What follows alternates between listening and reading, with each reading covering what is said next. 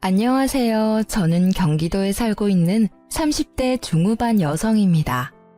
지극히 평범한 삶을 살던 저였는데 전 남편 때문에 하루아침에 막장 드라마의 주인공이 되어 있더라고요.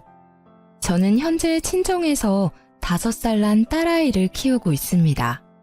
이혼할 때 이 험한 세상 어떻게 혼자서 어린 딸내미 키우겠냐고 진심으로 걱정해 주시는 분들도 계셨지만요.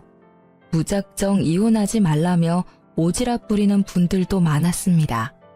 웬만해서는 이혼하지 말고 꾹 참고 살지 그랬냐고 말씀하시던 분들은 결국 나중에 제 이야기를 듣고 나면 이혼 너무 잘했다고 박수를 쳐주십니다.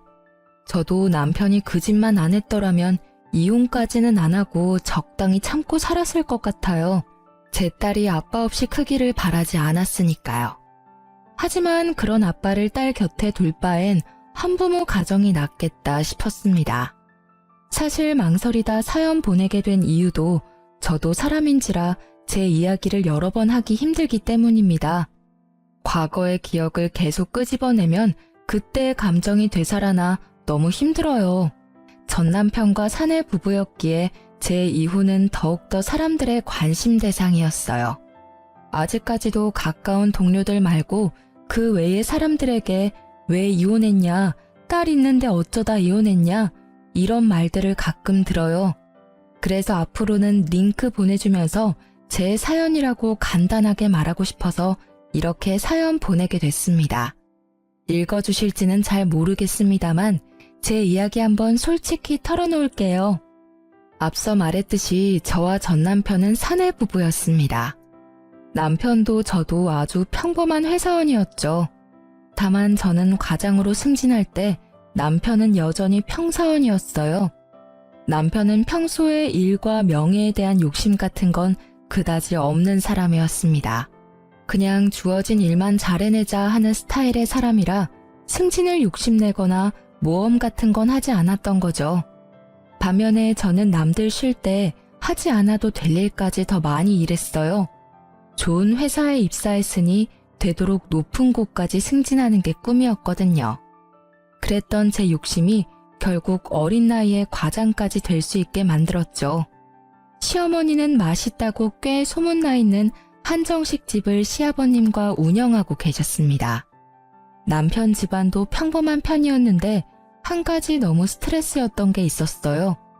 결혼 전에는 몰랐는데 결혼 후 그 점이 엄청 두드러지더라고요. 바로 요즘 세상이 어떤 세상인데 시골 사람인 시모는 너무나 지독한 남아 선호 사상을 가지고 계셨습니다. 아가, 넌 다른 거 다 필요 없고 그냥 아들만 낳으면 돼. 네? 아들이 최고야. 지금은 잘 모르겠지? 근데 나중에 알게 돼. 안 그래요, 여보? 그렇지. 아무렴 아들이 최고지. 저는 만약 애를 낳아도 성별 상관없이 똑같이 사랑스러울 것 같아요. 그리고 아기 성별이 뭐 제 마음대로 되는 게 아니니까요. 시부가 평소에도 시모한테 잡혀 살고 있어서 그런지 몰라도 언제나 어머님 옆에서 듣기 좋은 맞장구만 치셨습니다. 옛날에 시모도 시집살이를 하도 많이 당해서 시부가 종종 그 긴 세월 죄스럽다고 아내 말을 전적으로 따르시는 분이었거든요. 반면에 맞장구를 치지 않고 항상 솔직한 의견을 말하는 제게는 시모가 가끔 눈을 흘기며 못마땅해 하셨죠. 얘야, 넌 어쩜 어른이 말하는데 그렇게 꼭 따박따박 네 의견을 덧붙이고 싶니? 어른들 말씀 떠받들고 그러려니 해야지. 마음가짐이 틀려먹었네. 아들 가지고 싶다고 온 가족이 성심껏 빌면 삼신할매가 어련히 건강한 아들 점 찍어줄 텐데 말이야. 네, 저희 시모는 시조부모님과 몇십 년을 함께 살아오신 영향 때문인지 연세보다 더 옛날 사람 같았어요. 그래서 저는 임신 준비할 때 겁도 살짝 났습니다. 나중에 제가 임신했을 때도 아이의 성별에 따라 차별하실까 봐서요. 시모는 같은 배에서 낳은 자식인데도 남편과 시누이에게조차 차별을 많이 하는 분이셨거든요. 제가 남편에게 은근히 그런 문제로 걱정하는 티를 내자 남편은 제게 오히려 앞서 생각하지 말라고 하더군요. 여보, 혹시 말이야, 나중에 나 임신해서 아기 낳았는데 딸이면 미움받는 거 아니야? 에이, 우리 엄마 그러실 분 아니셔. 그리고 첫째는 아들 나올 거야, 걱정 마. 첫째가 아들일 걸 어떻게 확신해? 아직 낳지도 않았는데? 아, 엄마가 엄청 기도 다니시거든. 자긴 몰랐지? 헐, 그러니까 더 부담스럽네.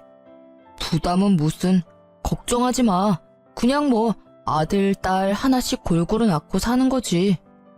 하지만 결혼 생활 얼마 안 가 임신을 하면서 제가 걱정하던 것들은 곧 현실이 되더군요. 임신하고부터 시댁의 모든 관심은 뱃속의 아이 건강이나 제 건강이 아니었어요. 오로지 아이의 성별을 궁금해하더군요. 그날도 남편은 산부인과 진료를 혼자 받고 온 제 신경을 긁었어요. 아들이야? 아니, 공주님. 뭐야? 그러다 땅 꺼지겠다? 당신 그 한숨 무슨 의미야? 남편은 제게 혼자 병원 잘 다녀왔냐는 그런 말도 없이 다짜고짜 뱃속 아기가 아들이냐고 물었어요. 제가 딸이라 답하자 본인이 원했던 대답이 안 나와서인지 남편은 세상 깊은 한숨을 내쉬더라고요. 여자애라는 거지? 미치겠다. 미치겠다? 당신 그게 도대체 뭔 반응이야? 바쁘대서 나 혼자 병원 다녀왔어. 그럼 적어도 잘 다녀왔냐고 묻는 게 먼저 아니야? 어련히 당신이 잘 다녀왔겠지. 그니까 내 눈앞에 멀쩡히 서 있는 거 아니야. 아니, 첫애는 아들을 낳아야 하는데 우리 엄마 성격 알잖아. 에이씨, 나도 딸보단 같이 목욕탕 갈 수 있는 아들이 더 좋은데. 딸이든 아들이든 우리 자식인데 당신 어떻게 그따위로 한심을 쉬냐는 거야. 당신 이러는 거 뱃속 아이가 모를 것 같지? 다 듣고 있어. 그리고 전에는 상관없다며. 수만 번 내신 거 가지고 거 되게 뭐라 하네. 당신 진짜 아무리 임산부라지만 너무 예민하다. 뱃속 아이가 뭘 알아듣겠어. 아무것도 안 들리고 아무것도 안 보이는데. 그리고 전에는 당신이 꼭 아들 낳을 것 같은 예감이 들어서 그랬던 거고. 지금 예민하게 만드는 게 누군데. 당신도 이러는데 어머님은 도대체 뭐라고 하실지 벌써부터 두렵다. 에휴. 그러길래 아들이면 얼마나 좋냐고. 딸은 나중에 또 낳으면 되잖아. 무식한 소리 좀 그만해. 아들, 딸 내가 뭐 골라서 임신하는 건 줄 알아? 너 학교 다니면서 성교육 받기는 했어? 말이 그렇다는 거지 왜 화를 내? 좀 속상해서 한마디 한 거 가지고 처방한테 무식하다고 말한다고? 말 좀 조심해. 너 우리 엄마 앞에서 그런 말 하면 큰일 나. 너나 임산부 앞에서 말 가려서 해. 그럼 우리 엄마는 뭐 가만 계시겠니? 배는 점점 더 불러오고 몸은 너무 불편한데 남편은 너무나 제 편이 아니더라고요. 애아빠 될 사람이 하다못해 저희 애기 편도 아니었고요. 그렇게 저는 대판 싸우고 남편과 각방을 썼습니다. 그즈음 안 그래도 배가 불러오니 시모 역시 아기 성별을 집요하게 캐물으셨거든요. 남편과 시모가 나란히 저를 쪼아대니 온 세상 정내미가 뚝 떨어졌어요. 이상하다. 이제 의사가 은근히 말해줄 텐데 아직도 애기 성별 정확히 모르니? 네, 어머님. 참나, 너가 나한테 말해주기 싫은 건 아니고? 안 되겠다. 다음 진료 때는 내가 병원에 따라가마. 아들인지 딸인지 내가 직접 두 눈으로 확인해야겠어. 어머님, 저 좀 그냥 놔두시면 안 돼요? 뭐? 출산 날까지는 더 스트레스 안 받고 싶어요. 스트레스라니? 내가 언제 너한테 스트레스를 줬냐? 어머머, 너 정말 웃긴다. 너 괜히 날 나쁜 시애미 만들지 마라. 누가 들을까 무섭다 얘. 어머님 저한테 매번 전화하실 때마다 아들인지 딸인지 물어보셨잖아요. 한 번 더 물어보시면 저 스트레스 받아서 기절할지도 몰라요. 어머, 협박하니 지금? 어머님, 저 건강하게 출산하고 올게요. 그때까지만 배려 부탁드려요. 저는 끝끝내 출산날까지 아이의 정확한 성별은 시댁에 절대 비밀로 했습니다. 각방 쓰는 남편에게도 똑똑히 경고했어요. 출산일까지 절대 안정 취하고 싶으니 뱃속의 아이의 성별은 비밀이라고요. 만에 하나 시모께 딸이라 미리 말하면 당장 이혼이라고 신신당부했습니다. 남편은 이혼은 하기 싫은지 제 말을 잘 듣더라고요. 그렇게 출산일까지는 별일 없었어요. 일어났어? 엄마, 아빠는 아직 못 오셨어. 열심히 달려오시는 중이야. 우리 딸 장하다. 너 닮은 예쁜 공주님 낳은 거 너무 축하해. 우리 딸 이제 엄마도 됐고 다 컸네. 고마워요, 엄마. 애기는 건강하지? 그럼. 다행이다. 다행이긴 한데 너 애기 울음소리 듣고 바로 기절했었어. 얼마나 아팠으면 내 새끼. 엄마 깜짝 놀라서 울 뻔했잖아. 근데 꾹 참았어. 우리 딸도 안 우는데 내가 울면 안 되니까. 황서방도 병원 앞이랬어. 곧 올 거야. 정말 고생 많았다. 건강하게 아이를 출산하고 정신 차린 저는 친정엄마의 따뜻한 손을 꼭 붙잡고 있었죠. 그런데 어디서 서러운 울음소리가 들려오더군요. 그 소리는 곧 제 병실과 가까워졌고 저는 그게 시모의 울부짖음이라는 걸 단번에 알 수 있었습니다. 첫 손주가 딸이라니. 자식은 아들만 있으면 된다는 말을 달고 살았던 아들바라기 시모는 역시나 제가 딸을 낳았다는 소식에 어디 초상난 듯 병원에서 오열을 했습니다. 시모가 엉엉 우는 모습에 어디 누가 돌아가셨냐고 지나가는 다른 환자나 보호자들이 조심스럽게 물어보기까지 했어요.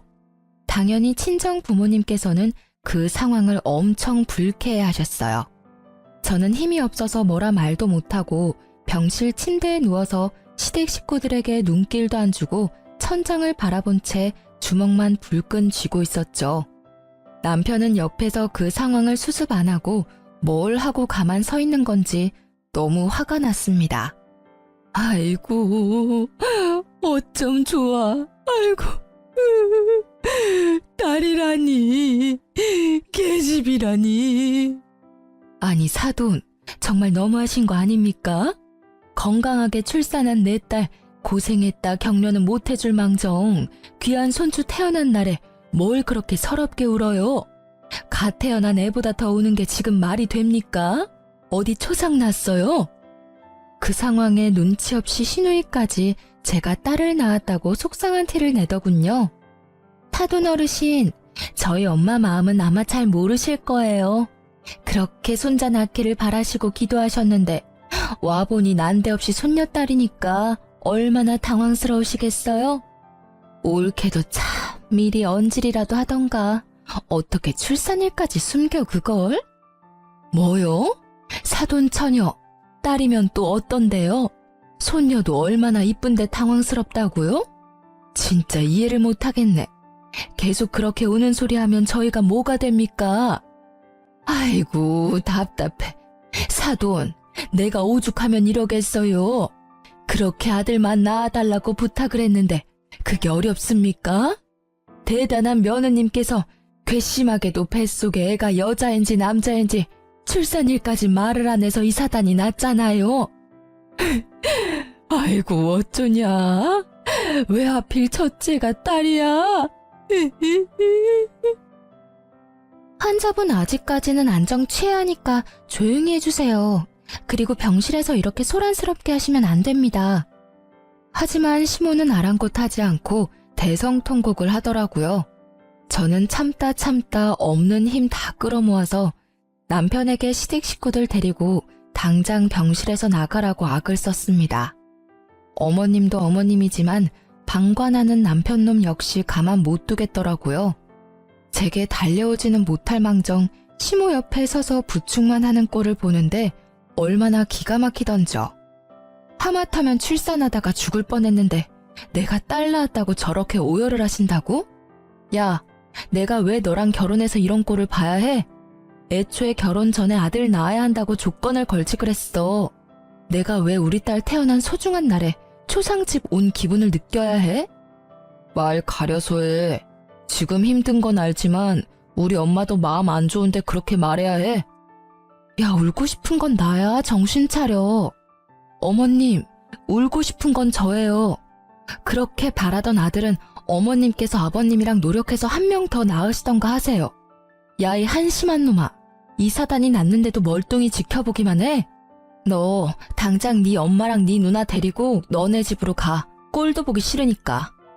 환자분이 싫어하시는데 계속 계실 거예요? 나가주세요.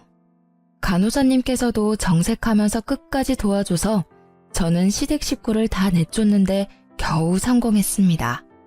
아이를 건강히 낳았다는 기쁨도 잠시 시모의 행동에 너무 기가 막혔어요. 그리고 친정엄마 앞에서 세상 창피했습니다. 저는 남편에게 곧바로 문자를 남겼어요. 아이 얼굴 절대 시모한테 보여주기 싫다고 혹여나 애기 얼굴 보러 올 생각은 꿈에도 하지 말라고요. 그 후로 친정 부모님이 번갈아 병원에 와주셔서 그나마 안정을 되찾았습니다. 그런데 제가 뭐 반대한다고 해서 시댁에서 아기를 못 보러 오겠습니까? 그 난리를 피워놓고는 또 아기를 보러 오기는 했대요. 친정 부모님 말씀으로는 남편은 다리에 힘이 풀려서 주저앉아서 기뻐하며 울었답니다. 막상 지 눈으로 자기 새끼 보니 감격스러웠겠죠. 제가 바랬던 반응이 그거였는데 왜 일을 이렇게 만든 건지 원망스럽기도 하더군요. 그리고 시모와 시누이는 저와 남편 적절하게 반반 섞여서 너무 귀엽고 사랑스럽다며 한참을 자리를 뜨지 못했다고 합니다. 친정엄마께서 그 모습을 직접 보는데 어이가 없으셨대요. 그렇게 좋아할 거면 그날 왜 그리 모질게 행동했는지 이해가 안 되신다고요. 저는 병원 태어나는 날까지 남편 놈과 시댁 식구들은 절대 보기 싫다 했어요. 이미 남편은 매일같이 사죄의 연락이 왔어요. 자신이랑 꼭 닮은 아이를 뒤늦게 정신을 차린 건지 아님 갑자기 부성이라도 샘솟아나는 건지 아주 제게 싹싹 빌더라고요. 여보, 태어나는 날까지 어떻게 못 오게 해. 계속 처갓집에 있을 거야? 장모님 장인어른께서도 힘드실 거야. 우리 부부잖아. 집으로 돌아와. 애기도 너무 보고 싶단 말이야. 남편 노릇 아빠 노릇 해야 할 때 안 하고 이제 와서? 미안해. 내가 진짜 미안해 여보. 장모님 장인어른께도 따로 찾아뵙고 용서 구했어. 당신만 나 용서해주면 진짜 앞으로는 잘할 수 있어. 엄마한테 안이 돌리고 두 공주님들 내가 잘 모시고 살게. 응? 우리 딸 눈 떴으면 아빠 보고 싶을 텐데 제발 화 풀면 안 돼? 애기 생각해서라도 한 번만 봐주라. 우리 엄마도 엄청 반성하고 계셔. 내가 그 후로 얼마나 엄마한테 대들었는지 몰라. 제발 한 번만 기회 주라. 한 번은 기회 줘야 하는 거잖아. 나도 정말 좋은 남편, 좋은 아빠 하고 싶어. 난 아직도 그날 일이 너무 굴욕적이야. 어머님이랑 당신 가족들, 지금 시대가 어느 시대인데 아들 못 낳았다고 병원에서 그 난리를. 잘못했어. 무릎 꿇고 이렇게 빌게. 일단 생각해 볼게. 집에는 안 올 거야? 당장은 못 가. 내 마음이 그래. 그렇게 저는 사과하는 남편에게 매몰차게 굴었어요. 당연히 출산 날부터 이혼을 생각하고 있었거든요. 그렇게 마음이 상했는데 사과한다고 해서 바로 없던 일이 되거나 제 마음이 회복되지는 않으니까요. 그런데 어머님은 사과하러 오셨다가 눈뜬 저희 딸을 보더니 아주 딴 사람이 되시더라고요. 애가 어쩜 이렇게 예쁘게 태어났니? 아이고 그랬어요 우리 공주님. 뭐가 그렇게 궁금해서 눈이 동그래졌어. 할미야, 내가 네 친할미다. 알아보겠어? 어이구 지난번에 봤을 때보다 더 볼이 오동통해졌네. 언제 할미라고 불러줄래? 갓난 애기가 뭘 안다고 끊임없이 말을 거는 시모의 마음이 결코 거짓은 아니라고 생각 들더라고요. 시모는 아이가 눈을 깜빡이기만 해도 좋아서 어쩔 줄 몰라 하시며 조심조심 아기 곁을 맴도셨어요. 그 모습을 보는데 벼랑간 눈물이 핑 돌더라고요. 저한테 왜 그렇게 모질게 구셨어요? 애기 이렇게 예뻐하실 거면서요. 그러게나 말이다. 내가 한치 앞을 모르고 말이야. 미안했다. 이제 화 좀 풀면 안 되냐? 공주님 잘 키울 수 있게 많이 도우마. 한 번만 너가 이 늙은이 딱 한 번만 봐주면 안 되겠니? 그놈의 딸, 아들 순서가 뭐가 그렇게 중요하다고. 아들이야, 또 낳으면 되는 건데. 이렇게 예쁜 공주님 앞에서 통곡했으니 내가 미친 인간이야. 그렇게 젊은 시절 시댁에서 당하고 살아놓고 말이야. 내가 우리 어머님 너무 경멸하는데 정신 차리고 보니 아주 똑같이 너한테 행동하고 있더라고. 아무쪼록 내가 미안하다. 전에 들어본 적 없는 시모의 너무 다정한 목소리에 진심 어린 사과에 저는 그만 시댁 식구들을 전부 용서하고 말았습니다. 모두가 진심으로 제 딸아이를 예뻐하는 게 느껴졌으니까요. 신우도 진작에 시모 따라 분위기에 휩쓸려서 그랬다며 너무 미안했다고 이미 찾아와서 제게 용서를 구했었고요. 친정 부모님께도 이미 마음이 어느 정도 풀리셔서 이제 제가 선택하라고 해주셨어요. 저는 결국 이혼하려던 결심을 지우고 열심히 딸아이를 남편과 사랑으로 키웠습니다. 그 일들이 벌써 5년 전 이야기네요. 그때는 제가 나중에 남편과 시모 그리고 시누이에게 뒤통수를 맞으리라고는 상상도 못했었습니다. 제 하나뿐인 소중한 딸은 친정 부모님께도 물론 예쁨을 많이 받았지만 시부모님께서 특히나 예뻐하셨어요. 어머님께서는 더 이상 딸아이라고 차별도 절대 안 하셨죠. 하지만 은근히 손자도 보고 싶으신지 다른 소식은 또 없냐고 종종 물어보셨습니다. 손녀딸도 그렇게 애지중지하시는데 손자는 또 얼마나 예뻐하시겠어요? 저도 한 명 더 낳고 싶었지만 당장은 육아휴직이 끝나고 회사에 다시 복직해야 했고 하나로도 좀 버거워서 둘째 계획은 조금 미루고 있었습니다. 그러다 첫째가 어느 정도 자라니 마음의 여유가 생기더군요. 남편은 연차가 쌓여 연봉 협상도 새로 하고 저도 과장까지 진급하니 이제 둘째를 마음 놓고 가져도 되겠다 싶었어요. 그런데 막상 계획이 생기고 남편과 노력했지만 이상하게 아이가 안 생겼어요. 꼭 아들을 가지고 싶다기보다 딸이든 아들이든 상관없이 둘째를 만들고 싶었던 건데 임신이 너무 안 되니까 걱정이 되더라고요. 고심하다 산부인과에 갔는데 제 자궁 상태가 안 좋다는 의사의 소견을 받게 됐습니다. 여보, 나 더 이상 임신은 힘들 것 같대. 우리 어떡해? 그게 무슨 소리야? 저는 둘째를 못 가진다는 슬픔도 물론 엄청났지만 여자로서도 끝난 것 같다는 마음도 괜시리 들어 엄청 우울했어요. 정말 위로받고 싶었는데 제게 은근히 쌀쌀맞게 대하는 시댁 식구들과 남편의 태도에 또 한 번 상처를 받았습니다. 당신 말이야, 나랑 결혼한 이유가 뭐야? 아니, 어머님 아버님께서 우리 결혼 허락한 이유가 뭐야? 나 무슨 애 낳으려는 도구로 들이신 거야? 아니잖아. 근데 어떻게 나 애 못 낳는다는데 내가 아프다는데 위로는커녕 다들 사람 취급을 안 해? 내가 무슨 잘못을 했다고? 잘못을 안 했어? 당신이? 진짜 몰라서 물어? 당신이 평소에 몸 관리를 잘했어야 하는 거 아니야. 그러게 애 낳고 내가 좀 쉬라고 했었잖아. 말 안 들은 건 당신이야. 워킹맘 뭐 아무나 해? 기어코 과장까지 달더니 자기 몸 관리는 엉망진창. 나는 태어나지 못한 우리 아들이 너무 불쌍해. 내가 그렇게 노력한 이유가 뭔데? 다 우리 가족을 위해서였잖아. 둘째까지 키우려면 네 월급 내 월급 해도 택도 없으니까. 너가 적게 버니까 나라도 더 벌자고 생각했어. 그게 그렇게 잘못한 거야? 꼭 그렇게 내 가슴에 비수를 꽂아야겠어? 지금 당신만 슬퍼? 나는 안 슬프겠어?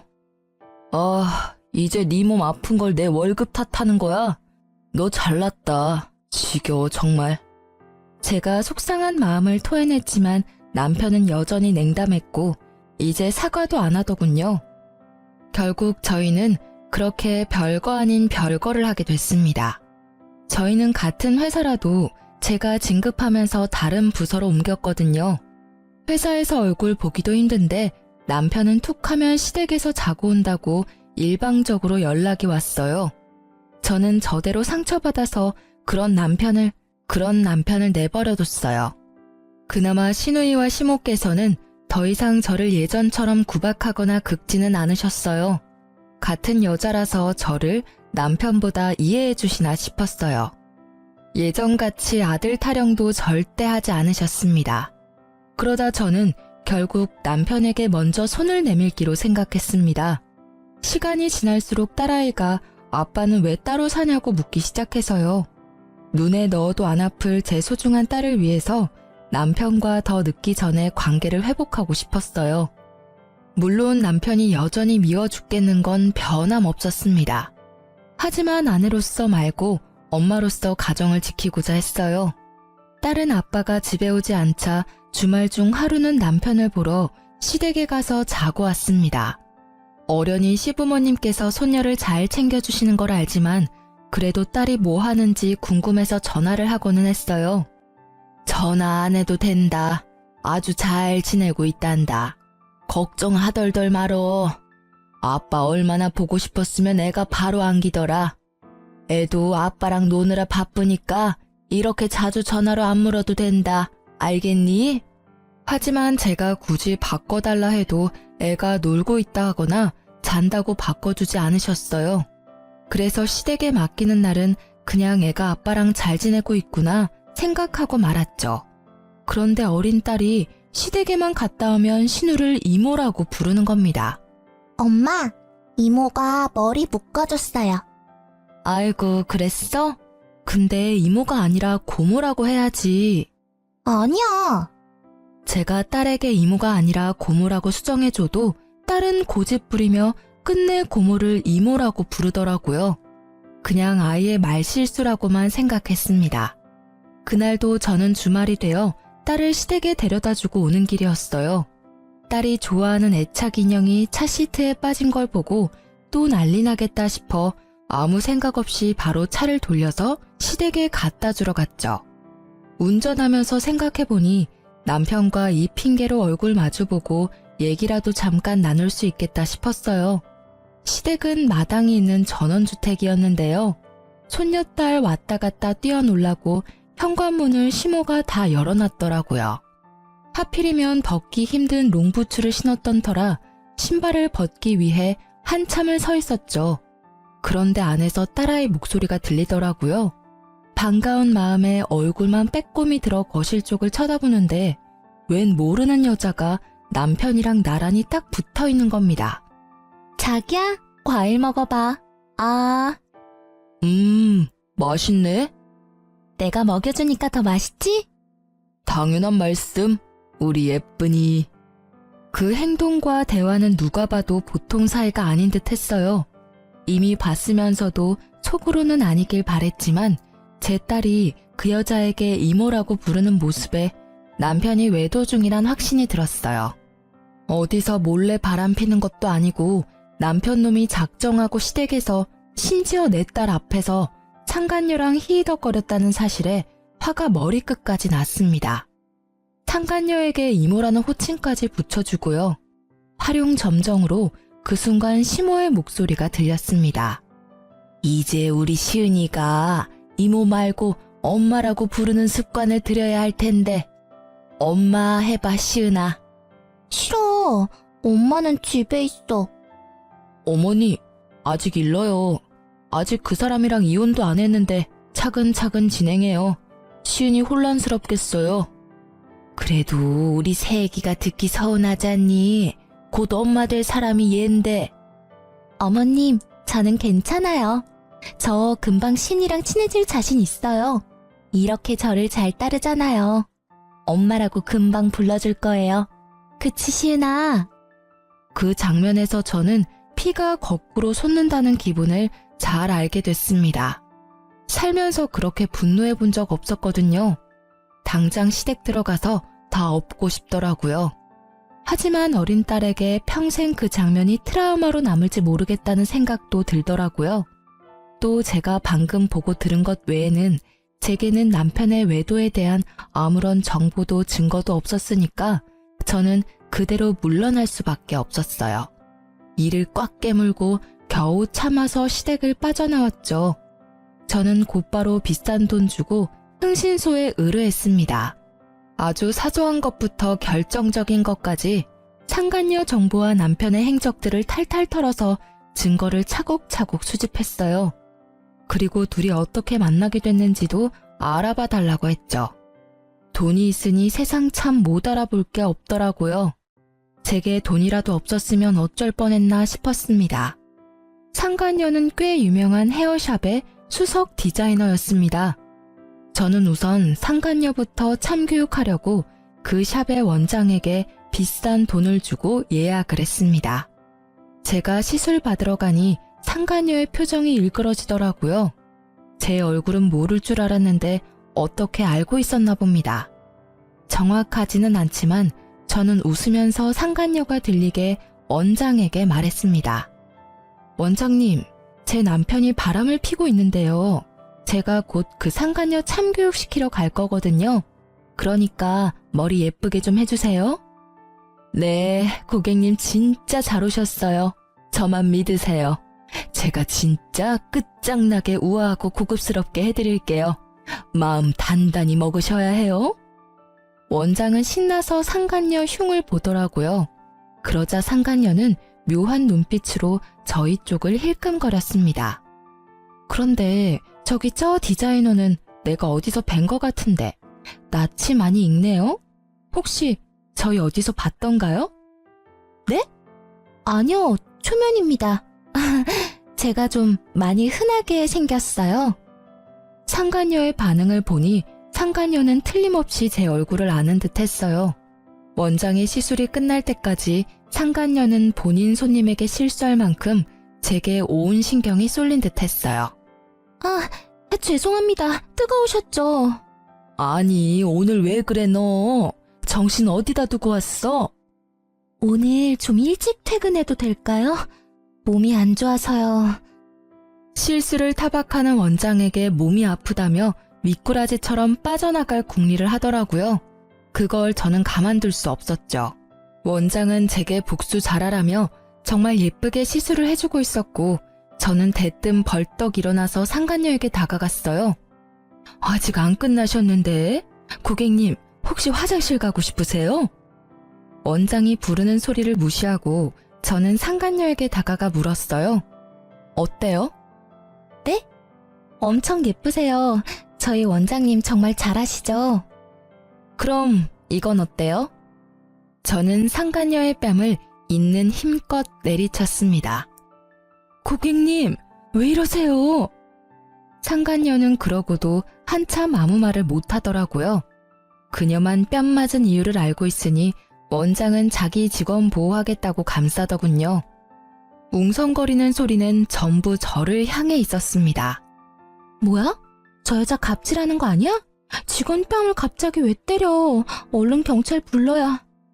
저는 그때 모든 사실을 폭로했습니다. 나쁜 건 제가 아니라고요.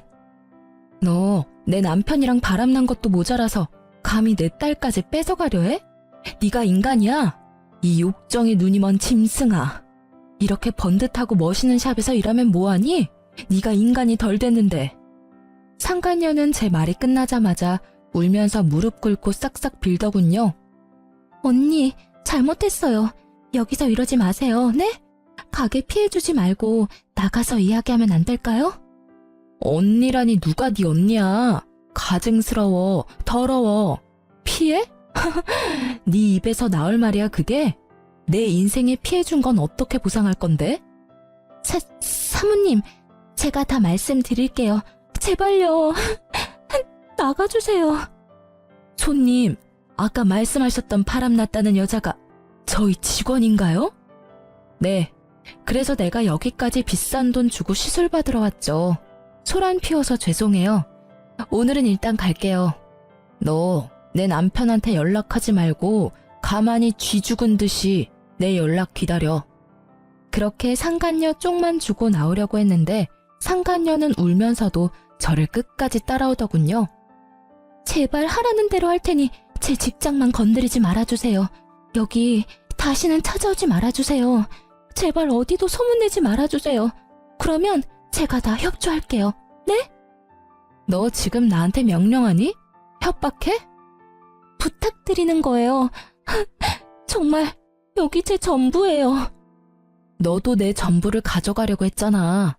내 남편이랑 같이 내 딸 훔치려고 했잖아. 그건 진짜 죽을 죄를 지었어요. 제가 잘못했습니다. 사모님, 한 번만 부탁드릴게요.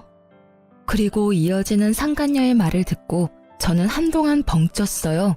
남편과 상간녀는 시모를 통해서 처음 만났다고 합니다. 그 한정식 집 저희 원장님께서 단골이셔서 자주 저 데리고 가주셨어요. 어머님, 아니, 한정식 사장님께서 저한테 따로 전화번호 물어보셨는데 밥 먹으러 오라고 연락이 자주 왔어요. 그렇다 할 가족도 없고 너무 포근했어요. 가족이 그리워서 저한테 잘해주는 그 사람이랑 어머님 거절하지 못했어요. 죄송합니다. 그러니까 저희 시모께서는 제가 더 이상 애 못 낳는다고 하자 손수 새 며느리감을 찾으신 거예요. 상간녀에게도 대놓고 손자 낳아줄 새 며느리감 찾는다고 했대요. 손자만 낳아준다면 평생 잘해주겠다고요. 그 엄마의 그 아들이라고 그렇게 시모가 소개시켜준 새 여자와 새 출발하겠다고 조강지쳐 버릴 계획이었던 남편이었네요. 괘씸하게도 시댁과 남편은 저 빠질 생각이었대요. 저 이제 다 말씀드렸으니까 더 이상 여기 안 찾아오실 거죠? 내가 왜 네 말을 들어줘야 하니? 뭐 하긴 나한테 위자료 주려면 너 열심히 일해야겠다. 저 뭐든 다 할게요. 제 커리어만 건드리지 말아주세요. 네? 자기 커리어는 소중하고 남의 인생은 소중하지 않은지 어이없는 상간녀의 태도에 저는 재밌는 계획을 세웠습니다. 너 방금 뭐든 다 한댔지? 네, 뭐든요. 저는 회사 미팅 시간에 상간녀를 초대했습니다. 지금 생각해보면 저까지 회사 잘릴 위험이 있던 거였는데 그때는 복수에 눈이 멀고 정말 절박했었나 봐요. 상간녀는 아무것도 모른다는 얼굴로 저희 회사에 찾아와서 남편 이름을 대며 남편을 찾았습니다. 황주성 씨 어디 계세요? 누구세요? 황주성 씨 여자친구요. 누구냐고 묻는 직원들에게 상간녀는 당당히 여자친구라고 말했습니다. 회사에 와달라고만 했지 그런 건 시키지도 않았는데 상간녀는 알아서 남편을 골탕 먹이더라고요. 전체 미팅이라 여러 부서가 모여 있었는데 대부분 저희가 부부라는 걸 알고 있는 분들이셨죠. 직원들은 순간 제 눈치도 보고 경멸의 눈빛으로 남편 놈을 쳐다봤습니다. 아무것도 모르고 남편 놈은 걸어오다가 상간녀 보고 귀신 본 듯이 놀라더군요. 네가 여기 어떻게... 자기야, 도대체 이혼을 언제 한다는 거야? 내가 언제까지 기다려야 해? 마누라랑 이혼할 마음은 진짜 있긴 한 거야? 주성 씨, 나 가지고 논 거야? 자기 부인 이제 애 못 낳는다며. 나보고 아들 낳아달라고 했으면서 왜 자꾸 이혼을 미뤄? 상간녀의 연기에 저는 빵 터졌어요.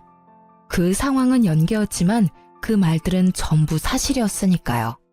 저는 그대로 남편 놈에게 다가갔고 남편은 아니라고 뒷걸음질 쳤어요. 여보, 그런 거 아니야. 누가 좀 저 미친 여자 당장 나가라고 해요. 난 모르는 여자거든요. 모르는 여자라니 섭섭하겠다. 네 애인이잖아.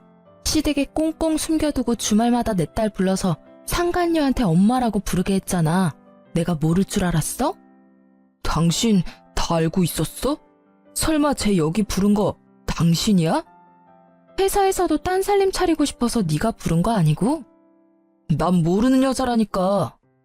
저는 이미 남편 몰래 미팅 준비하는 척하며 그의 핸드폰을 가져가서 남편 톡 프로필 사진을 상간녀와 아주 다정하게 찍은 사진으로 해놨었습니다. 회사 직원들은 물론이고 이미 사진 본 지인들은 미친 듯이 연락 오고 난리 난 상태였죠. 남편 놈에게 핸드폰을 돌려주니 경악하더군요. 야, 진짜 이게 다 네가 벌인 짓이야? 감히 회사에서 이런 장난질을 해? 사진도 바꿔놓고 아주 나 엿먹으라는 거지? 아니, 이건 내가 벌인 짓이 아니라 네가 내 뒤에서 벌인 짓이지. 바람핀 것도 모자라서 감히 내 딸 시은이까지 나한테서 뺏으려 했어? 저는 업무 파일을 들고 그 모서리로 기분 나쁘게 남편놈의 머리를 콩콩 찍어줬습니다. 당장 아작내고 싶은데 내가 너보다 직급이 높아서 참는다. 과장이라 참는 거야. 황주성 사원, 빨리 저 여자 데리고 나가. 회사 분위기 엉망으로 만들지 말고. 남편 놈은 분해서 어쩔 줄 몰라 하며 개거품 무는 모습에 저는 너무 통쾌했습니다. 야, 네가 어떻게 이래? 쪽을 줘도 이렇게 주냐? 저는 침착한 반면에 남편이 발악을 하니 주변 남자 사원들은 저를 보호해주더군요.